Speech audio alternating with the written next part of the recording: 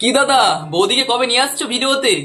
ও দাদা, একটুখানি বৌদির ফেসটা রিভিল করো, আমরাও দেখি।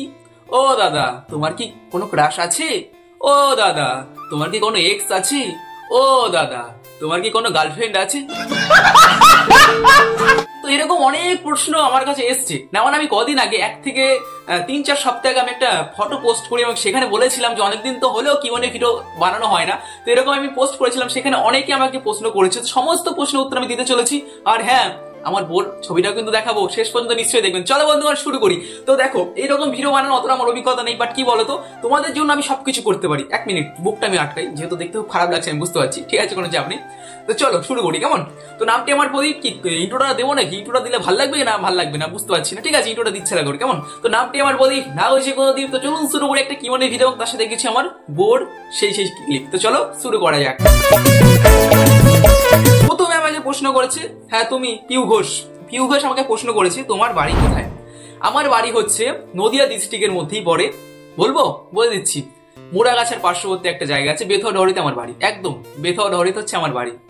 দ্বিতীয় প্রশ্ন সে করেছে, তোমার বাড়িতে কে কে আছে? আমার বাড়িতে 3 জন মেম্বার, আমি, বাবা, মা। আমি আমার বাবা মার একমাত্র ছেলে। ঠিক আছে, তা আমার আগে আগে বা পরে কেউ নেই। তারপরে তুমি প্রশ্ন করেছো, বৌদিকে কবে আনছো ভিডিওতে? খুব শীঘ্রই নিয়ে আসবো। সত্যি কথা বলতে কি বলতো, হয়তো তোমার খারাপ লাগবে, কিন্তু কি বলতো, আমি না এই প্রেম রিলেশনশিপটা এটা আমি প্রাইভেট রাখতে বেশি ভালোবাসি। কি মোহব্বত, আহারে। কিন্তু শেষ পর্যন্ত দেখো, আমি আমার বোর ছবি নিশ্চয়ই দেখাবো। দেখো, একদম কথা যেহেতু দিয়েছি, নিশ্চয়ই দেখাবো। আর তারপরে তুমি আমাকে প্রশ্ন করেছো যে তোমার বয়সটা কত। তো আমি 2003 সালে জন্মগ্রহণ করেছি নদিয়ার মাটিতে, 2003 সালে 27শে জুন। তো এবার তুমি ক্যালকুলেট করে নাও আমার বয়সটা কত হতে পারে, কেমন? তো ক্যালকুলেট করো এবং তারপর তুমি বুঝে নাও। হয়তো দেখে মনে হচ্ছে না, তাই না?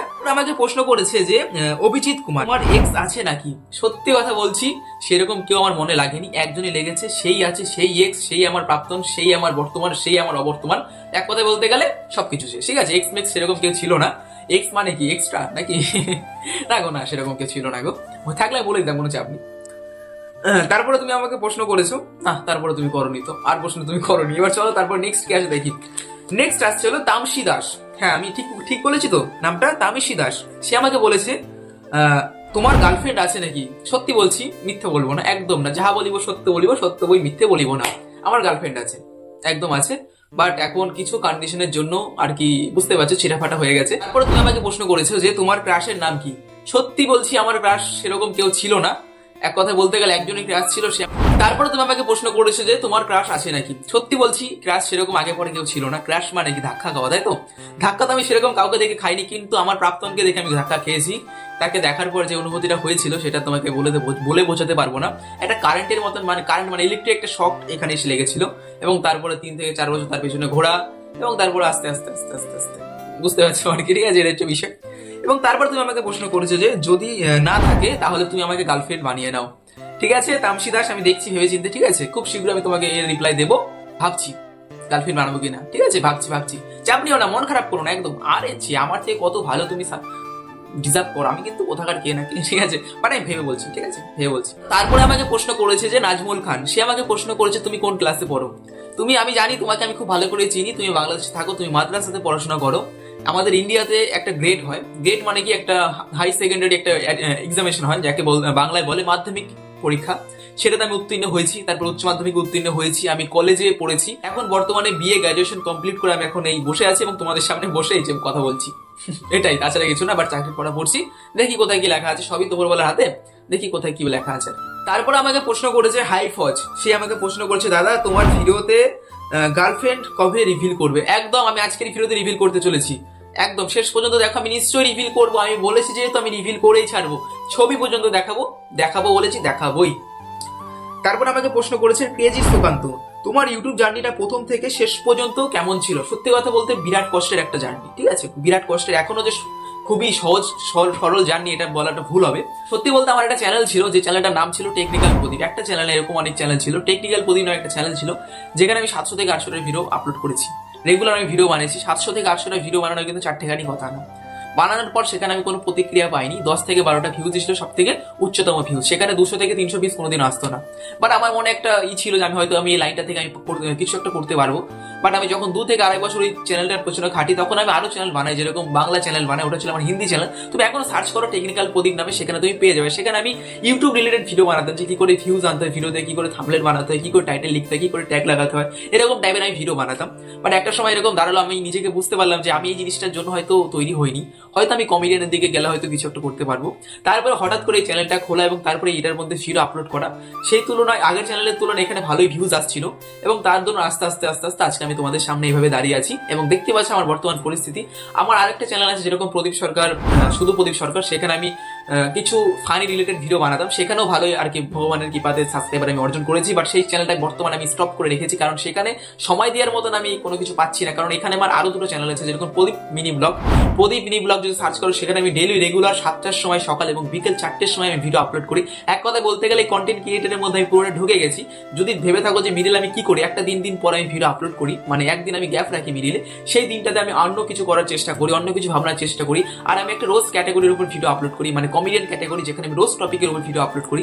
আর একটা রোজ ভিডিও বানাতে গেলে সেখানে অনেক কিছু রিসার্চ করতে হয়, খোঁজাখুঁজি করতে হয়, দেখতে হয় যেটা কপিরাইটের মধ্যে পড়ে কিনা। তো সত্যি কথা বলতে প্রথম থেকে শেষ পর্যন্ত এখনো জার্নিটা খুবই কঠিন। কন্টেন্ট ক্রিয়েটারদের দেখে অনেকে হয়তো বলে যে ঘরের মধ্যে 4 দেওয়ালের মাঝে ভাগ করলে হয়তো ভিডিও হয়ে যায়, কিন্তু অতটা সহজ না ভাই। অনেক কষ্ট লাগে, অনেক দিমাগ খাটাতে হয়। হয়তো অনেকে মাটি কাটছে দিন করে, সেটাকে দেখে মনে হচ্ছে ওই তো ঘাম ঝরিয়ে কাজ করছে, কিন্তু এটার মধ্যে একটা ঘাম ঝরানো কাজই বলে। এখানে ব্রেন খাটাতে হয়, ঠিক আছে, এক নিজের স্কিলটা তোমাদের সামনে রিপ্রেজেন্ট করতে হয়। অনেক হয়তো বলবে এসব করে কি হয়, তাকে তুমি বলো 30 সেকেন্ডের একটা ভিডিও বানিয়ে দেখো, ক্যামেরার সামনে দেখো হাত কাঁপবে। তো সেটা হচ্ছে মেন বিষয়। একটা কথাই বলবো, অনেকটাই কঠিন এই জার্নি, প্রথম থেকে শেষ পর্যন্ত এখনো কঠিন আমি দেখতে পাচ্ছি দু চোখে, ঠিক আছে। অনেক কিছু বলে ফেলেছি আমি, হয়তো তুমি এটুকুর মধ্যে বুঝে গেছো। তারপরে আমাকে প্রশ্ন করেছে তেজি শুভ, সে আমাকে প্রশ্ন করেছে বাড়ি কোথায়। বাড়ি নদিয়া ডিস্ট্রিক্ট, বেথরডিতে আমার বাড়ি। চলে এসো একদিন একসাথে চা খাবো, কেমন? চলে। তারপরে সে প্রশ্ন করেছে আমার এজ কত। আমার এজ হচ্ছে 2003 সালে 27শে জুন আমি জন্মগ্রহণ করেছি নদিয়ার মাটিতে। এবার তুমিই বলো আমার এজটা কত হতে পারে। তারপরে আমাকে প্রশ্ন করেছে ভিডিও বানানো ছাড়া আর কি করো। সত্যি কথা বলতে কি বলতো, মিডিল ক্লাস ফ্যামিলি থেকে বিলং করি। তো ক্যাটারিং এর কাজ বাজ করতাম, বর্তমানে সেটাও করছি না। মানে বাড়িতে অনেক গরু মরু আছে, ঠিক আছে। আমি একটা মানে একটা গ্রামীণ সাইড থেকে বসবাস করি।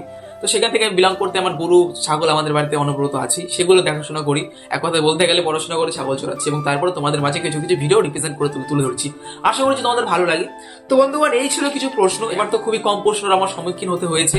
আশা করছি নেক্সট কিউএনএ ভিডিওতে আমাকে আরো প্রশ্ন করবে। তো এবার সেই মূল বিষয় আমি চলে এসেছি, আমার গার্লফ্রেন্ডের ছবি দেখানো। নিশ্চয়ই দেখাবো। 1 2 3, এই দেখো, এটা হচ্ছে আমার গার্লফ্রেন্ড। না মানে দেখতে পাচ্ছ না, আমি ভালো করে লাগিয়ে দিচ্ছি। দেখো দেখো, এটা হচ্ছে আমার গার্লফ্রেন্ড। কি চিনতে পারছো? নিশ্চয়ই চিনতে পারছো না। আমি খুব শীঘ্রই নিয়ে আসবো তোমাদের সামনে। কিরকম লাগছে সেটা বলো কমেন্ট সেকশন। ইমা তুমি বলছো না কেন? অনেক এরকম ভিডিও দেখেছো, জিবলি ভিডিও অনেক দেখেছো, কিন্তু এরকম হয়তো তুমি কোনো কম্বিনেশন দেখোনি। ওর জামা এবং আমার ব্লাউজ, না মানে আমার সরি কি বলে ফেলছি, আমার জামা এবং ওর ব্লাউজের মধ্যে একটা কম্বিনেশন আছে। ওর ড্রেসটা খুব সুন্দর সে বানিয়েছে, যেই বানিয়ে না কেন তাকে অসংখ্য ধন্যবাদ। এই হচ্ছে আমার প্রাক্তন, এই হচ্ছে আমার বর্তমান, এই সব এটা হচ্ছে বিষয়। তো চলো, তোমাদের সবকিছু আমি রিভিল করিয়ে দিয়েছি। আবার দেখা হবে নতুন একটা ভিডিওর সাথে। আজকের মধ্যে বিদায় নিচ্ছি। আরেকটা কথা, হয়তো অনেকে ভাবছো যে আমি ঠিকঠাক করে ভিডিও কেন দিতে পারছি না, ভিডিওর মধ্যে সেই মাল মশলা আমি কেন অ্যাড করতে পারছি না। সত্যি বলতে কি বলতো, এখন ইউটিউব দিন দিন বিরাট স্ট্রিক্ট হয়ে গেছে, ঠিক আছে। বিরাট স্ট্রিক্ট হয়ে গেছে, বিরাট শক্তপোক্ত হয়ে গেছে। এখানে যদি আমি অ থেকে আ বলে দিই, তাহলে ওরা কি করে যে সবুজ ডলার থেকে হলুদ ডলার করে ফেলে, এবং তাতে কি হয় কি আমার আর্নিংটা খুবই কম হয়।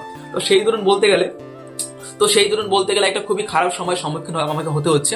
বাট খুব শীঘ্রই আমি এটাকে রিকভারি করে ফেলবো। কালকে একটা দারুণ ভিডিও আসতে চলেছে, আশা করছি তোমাদের সকলের খুব ভালো লাগবে। চলো দেখা হচ্ছে নতুন একটা ভিডিওর সাথে। সবাই ভালো থাকবেন, সুস্থ থাকবেন, কেউ গায়ে মাখবে না। দেখো পুরোটা এন্টারটেনমেন্ট পারপাস, দেখো পুরোটা আমি এন্টারটেনমেন্ট পারপাস অনলি ভিডিও বানাই। আর তাছাড়া আমি কাউকে একদম লাগিয়ে আমি কোনো খোঁচামোচা দিই না। শুধুমাত্র এখানে ভিডিও দৌড়িনি হয়, তাছাড়া কিছুই হয় না। তো চলো আবার নতুন একটা ভিডিওতে তোমাদের সাথে দেখা করবো। ভালো থাকবেন সবাই, কেমন?